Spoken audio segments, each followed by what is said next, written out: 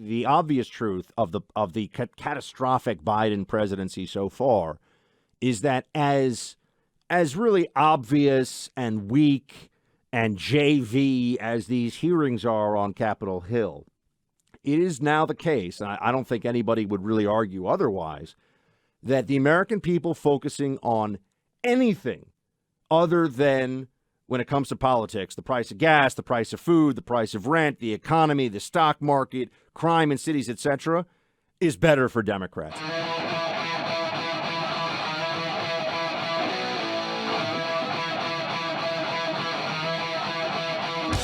Democrats have stepped all over themselves in this January 6th, which is the default third impeachment trial for Donald Trump. But they are now coming for Joe Biden. And there were stories in the Washington Post. There were stories in Politico. There were stories in the New York Times. It felt very organized. It felt very intentional to basically let it be known that there are a lot of Democrats that are jumping off the Joe Biden express, to the extent that express to anywhere other than disaster, and saying he cannot be the nominee in 2024. And I think that is only going to grow as we are now 5 months away from what is going to be an all-time midterm shellacking. Are you surprised that it's suddenly happening? I mean, it's it to me is interesting because it's going on right in the middle of Jan 6, and most of the discussion over the weekend was about Biden trying to get pushed out of the presidency. It's remarkable when you hear how open they are, I guess, about it at this point. It's also fascinating that we're supposed to be completely enthralled with this January 6th. I watched the whole first one, right? It's still going on right now as we're on air, the second episode. Yeah. So we'll be, as Clay said, rolling on or picking up important parts of it for you. But I've learned nothing new from any of it. And in the background of this, let's be clear. They're making a case that Donald Trump should be indicted for conspiracy to overthrow the United States government. And there's even been some more open discussion of that. You mentioned the case that people are talking about. The House committee on Sunday had a few of its members saying, Clay, that they had enough evidence for the Justice Department, this is separate from Congress, to consider a criminal indictment against Donald Trump for seeking to overturn his 2020 election defeat. I find that utterly fascinating. First of all, I don't think that they have the gall to do it, but I think that they certainly are dishonest enough that they would do it, right? So it's a question of whether they're willing to deal with the political consequences.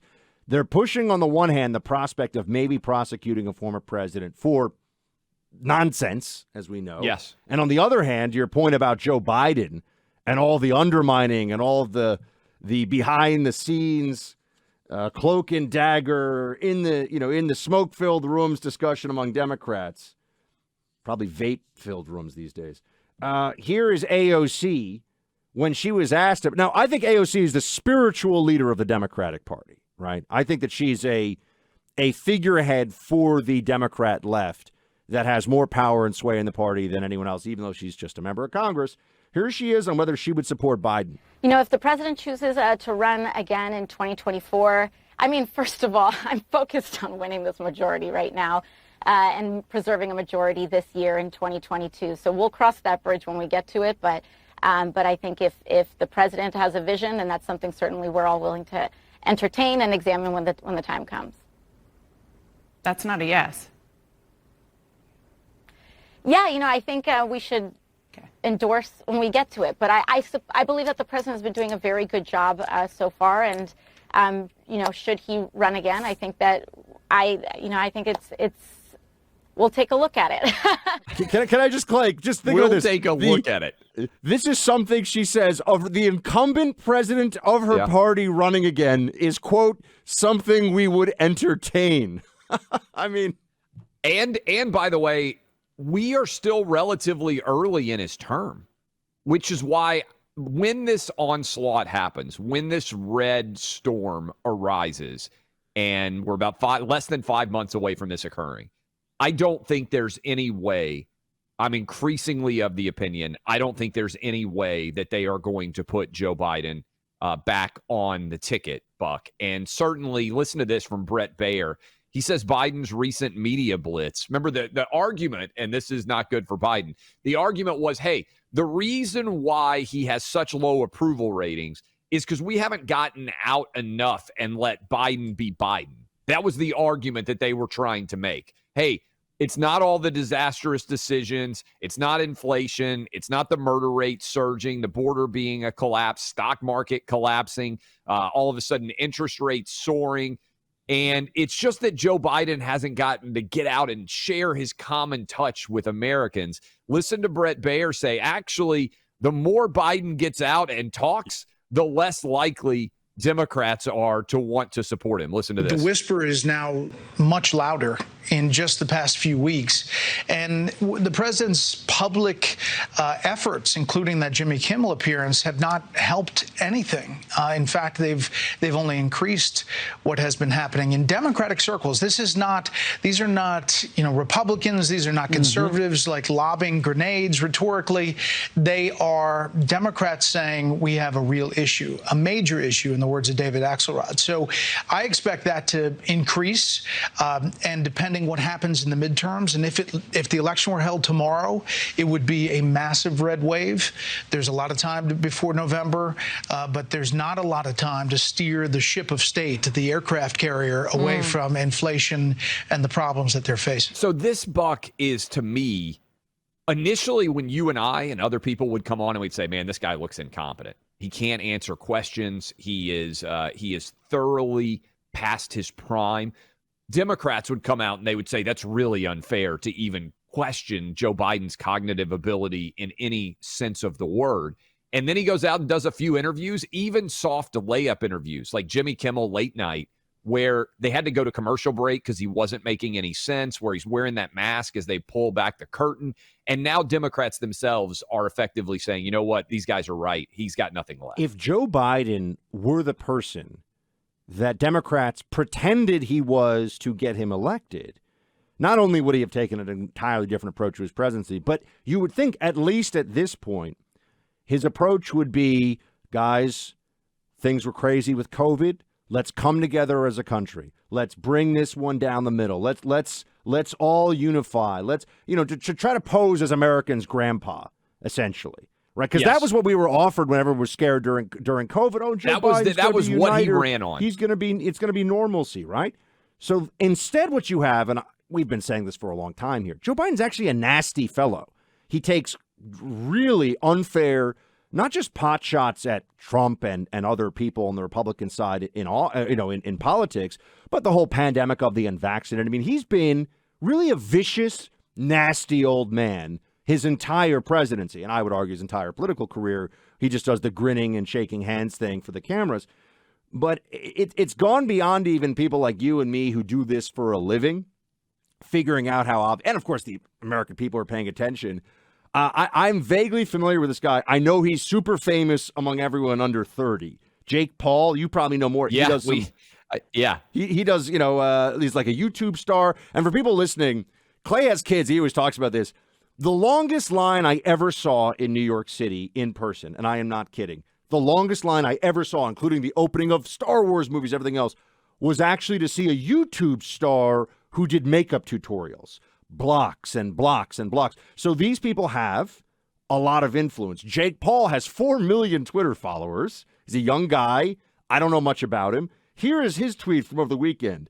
Biden accomplishments, highest gas prices, worst inflation, plummeting crypto prices, highest rent prices ever, created new incomprehensible language. If you're reading this and voted for Biden and you still don't regret it, then you are the American problem.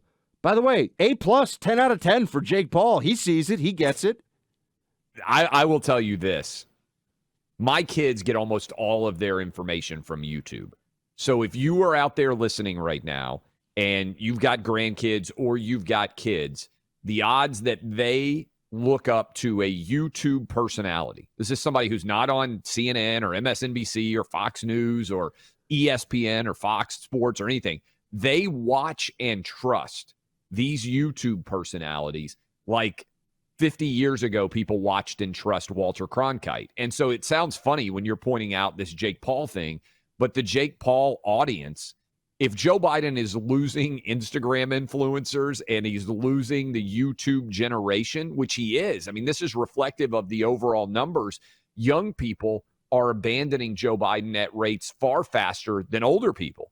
And this is emblematic to me. I don't even know. I mean, basically, Joe Biden's only base at this point, Buck, is black people who are 65% approving rate, which is way low for the black approval rate of a Democrat president usually, and woke white people.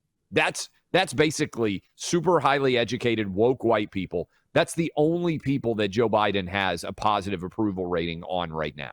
That's it in the entire country. They've lost everybody else.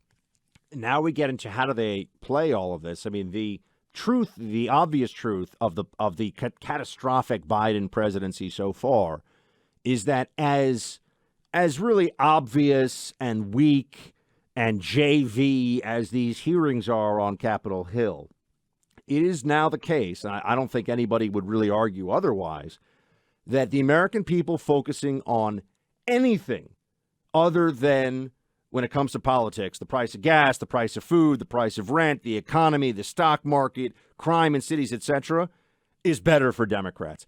Your day-to-day reality is something that is going to drag down the Democrat Party into the depths of the biggest election loss that they have seen, I would assume now, or I should say I would guess, in decades. Maybe ever. It could be. Maybe ever. I mean, I think we're looking at potentially a historic. It may not be, as we've talked about, Buck, you may not get the total numbers because the Democrats lost seats in the 2020 election. So you don't necessarily have the same swing. But in terms of number of votes that could go to Republicans versus Democrats, I think it's possible that 2022 is the biggest loss in the history of the Democrat Party. I do think that there's a desperation, a quiet desperation among the Democrats who are really calling the shots. And Clay, I wonder, I haven't asked you this yet.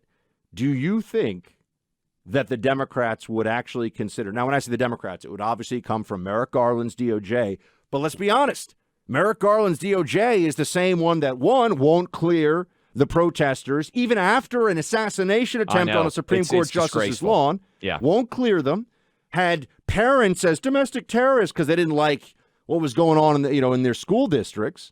Yep. Do you think that they may actually try to bring up Donald Trump on charges? Do you think they have the gall? In the radio business, we'll call this a tease, and we will discuss whether we think Merrick Garland has the testicular fortitude to potentially pursue such a task. It would be a clear decision of politics, and everyone knows that. They're so it seems insane, right? They are so desperate, though. I know that this is something that they're at least considering.